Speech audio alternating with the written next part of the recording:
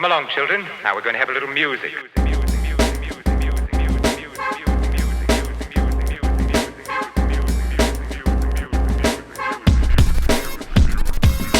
What is up, guys? Welcome back to First Cut. This is our review of The Unbearable Weight of Massive Talent. I am here with Sabrina Ramirez, here to talk about this film. Sabrina, you are the one that recommended this film to me.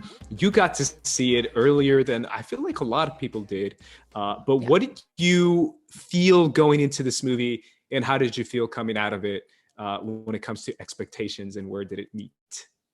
Yeah, going into this one, I expected just a really good time. I do think Nicolas Cage has built a brand for himself in his personal career and professional, where he's just like over the top, out there, but can also be really good in dramatic roles. I feel like a lot of times people like disregard his performance in like something like Adaptation, Charlie Kaufman's Adaptation, things along those lines. But I was really excited because leading up to this, I had rewatched a ton of his films, like Face Off, The Rock, Con Air. I think he just built this legacy for himself as an actor. So seeing this like meta version of him that's definitely not as successful and kind of like going through a tough time, meeting a super fan in Pedro Pascal's character, I thought was so much fun. So yeah, coming out of it, I'm not gonna lie, like I was laughing my ass off for pretty much the entirety. Like it's exactly what I wanted in this film. I really just wanted to sit and have a good time with a good popcorn movie. And also it's fun because it's an original idea. So, it was kind of like a little bit of the best of both worlds right there.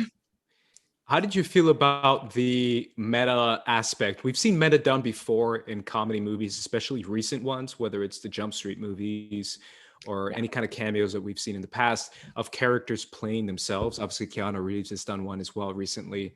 But how did you feel about Nicolas Cage playing himself in a meta world where he's self-referencing certain things that you expect to see in a film? How'd you feel like that played compared to how it was done in other films? I think it worked really well, honestly. So I think the one for Keanu that you're referencing is Always Be My Maybe. Yes. And that was like super ridiculous and so out there. But this was exactly what you'd expect from like a meta Nicolas Cage.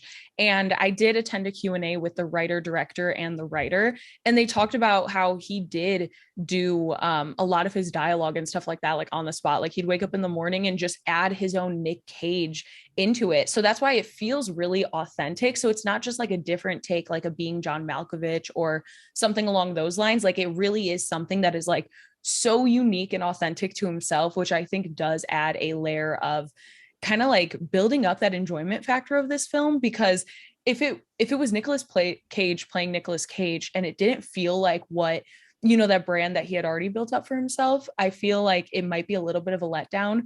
But like him making out with himself in Wild at Heart and then saying like Nicolas Cage is like a good smoocher, that was literally something that he had ad-libbed, and it just stayed in. Even the kiss was something that was like his idea. It was going to be like a kiss on the cheek or something, and he was like, nah, let's go full smooch. I think it's all of that really helps this film shine. But at the same time, like Pedro Pascal is a beast. He is so good. He is a scene stealer in everything. Even his other latest film, which was Judd Apatow's The Bubble, that one's like a pretty big ensemble. It's like a fully comedic film. The film doesn't work for me, but Pedro Pascal, every single time he's on screen, I'm like, yes, give him all the time. He was definitely the highlight of that one. But Nicolas Cage being this version of Nicolas Cage plus Pedro Pascal's fanboy character, I just think worked so well together. How did you feel about that? Yeah, no, I've been talking Sorry, about. I know I went on a rant. No, I've been talking about Pedro for years. I think he's a Yeah. genius. His performance in Game of Thrones still, to me, holds up as one of the best performances in the entire show. As Oberyn Martell, there is a little bit of Oberyn in this character he played just now in The Unbearable Weight of Massive Talent. But to me, for lack of a better word, for his gravitas is so good. The way he is able to communicate comedic moments so well, but also like emotional moments and emotional scenes, especially when he's doing it with the Spanish accent. Because obviously I've seen him do it in an American accent as well. and a couple other shows and movies. But with that Spanish accent, the way he's able to communicate the idea of a past history, of a relationship with his father, of a relationship with his family and his cousin and his the crime family aspects of it all. He's so freaking good. Like, it's scary how good he is. And I'm one of the guys who feels like he's good in everything. I thought he was stellar in Wonder Woman 84. I know a lot of people don't like that movie. He really was. But I thought he was so freaking good in that movie. And he really showed up in this one. And I feel like that's kind of what stood out in this film more than anything else to me personally, was the performances. I thought Nick Cage obviously was great, as he's always been great, always doing his thing. And it started out as a very like meta aspect. Like, if you know the Nick Cage, not like poking fun of himself, almost like poking fun of his career, where he picks random movies that no one's really heard of. And then also kind of diving into his history of movies and what he means to older generations and what he means to people like, you know, what would be a Pedro Pascal type character who grew up with his films. You start to realize, like, yo, he low-key is a legend. Like, he really is. It really was a cool performance on his aspect, and to dive into all his personal aspects as well. Whether it was half real, not real at all, it still was a really cool idea to throw in that kind of meta angle. But to me, that was the biggest point inside the film. How'd you feel about the plot of the film? And I know they make a lot of references to the plot and how the plot has to have a kidnapping sequence, it has to have some action scenes. But how'd you feel the plot as far as him pretending to write Pedro's movie or Javi's movie, and him trying to deceive his way into finding out what the crime family is up to, and then eventually with the family being abducted? Yeah, I thought that added a really interesting layer because, you know, like the way that they do rope him into everything. When we see the character in the beginning, like he's not in the best place in his life and he doesn't have a super great relationship with his family. And then they rope him in by being like, yo, what if that was your daughter? Like, wouldn't you want to save them? And I also think it's the craziest thing to have a super ridiculous, famous action star end up being like an undercover spy, somebody who is not trained in any of this and is just in the right place, right time in order to do this job. I think that was genuinely hilarious. And this entire film is on the backs of Nicolas Cage and Pedro Pascal. As apparent as the entire family angle was, and that heart and warmth in the story, there was a genuine love and friendship with these two characters that I was blown away by. I did not expect it to be that much. And it felt legit. Like, it felt like they were, sometimes they say about like friend soulmates, like, you know, right away that somebody's going to be your friend for life. You feel it with them too. They have genuine chemistry. Yeah, I literally halfway through this movie, or like, yeah, around the first half of the film, when they kind of reveal that he has to betray him or kill him or whatever, I was going to be upset. I was legit like, no, you're not going to do this. These guys are too cool. They have to turn out as friends at the end of this movie. They better not die. Like, I was already making those kind of requirements in my head as far as if I liked it or not. Because I was in the same boat. I was like, no, these guys are homies. You can't have one guy turn evil just because he's Pedro Pascal. I was really hoping that they didn't go that route, which they didn't.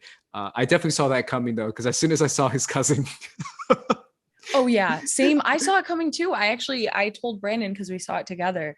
Yeah. I was like, yeah, I saw that coming a mile away because I did go to the bathroom when they had the reveal. Yeah. I definitely knew that there was going to be, I didn't know exactly what it was going to be, but that he either wasn't a part of this at all. And, you know, somebody's just like setting him up because there was just too much wholesome energy, honestly, even in the parts where you don't know for a fact yet. And he's like, oh, do you want to go in there? Like, you're going to look at me differently. And then it's all Nick Cage memorabilia. Like, he was able to be menacing for that moment when we are going to be like, oh, what are we about to see? And then it ends up of him literally having like a $6,000 life-size statue of Nicolas Cage. And then they have that great banter back and forth going like, yo, this is grotesque. Like, I'll give you $20,000 for it. It feels like it's just rolling off of their tongues and they're working so well with each other back and forth where, yeah, I would have been super, super heartbroken if this film ended any other way. Yeah, same here. I'm so glad it ended that way. And obviously it comes all full circle when it, you know, reveals that that's what they made the movie about. I thought that was cool. But yeah, as soon as I saw his cousin, bleached hair, tattoos, piercings, the Spanish accent. I was like, this guy's the bad guy. And so I was like, that's him. It's him. It's totally him. But yeah, I felt like that worked out as well. And obviously the family aspect to me really kind of brought it full circle, because whether you were not on board with the ridiculous Nick Cage references or anything like that, if you're not a massive Nick Cage fan, I think the family aspect of it all kind of brings it full circle. And I think that's why it worked out. I feel like my theater really enjoyed it, and my theater was packed out. So how did you feel? I was going to ask the same. Yeah, everybody was going crazy. Everybody was laughing. I have never even heard, I went with my boyfriend, Brandon, Hannah, and I have not heard him laugh that loud in a movie probably ever. There were so many moments. I can't even remember exactly which ones, because honestly, it was like left and right, but it also felt very much in rhythm with the film. It wasn't where sometimes in some action movies or even some Marvel movies and stuff like that, where it's like emotional moment, laugh, emotion, and you can get that formula down.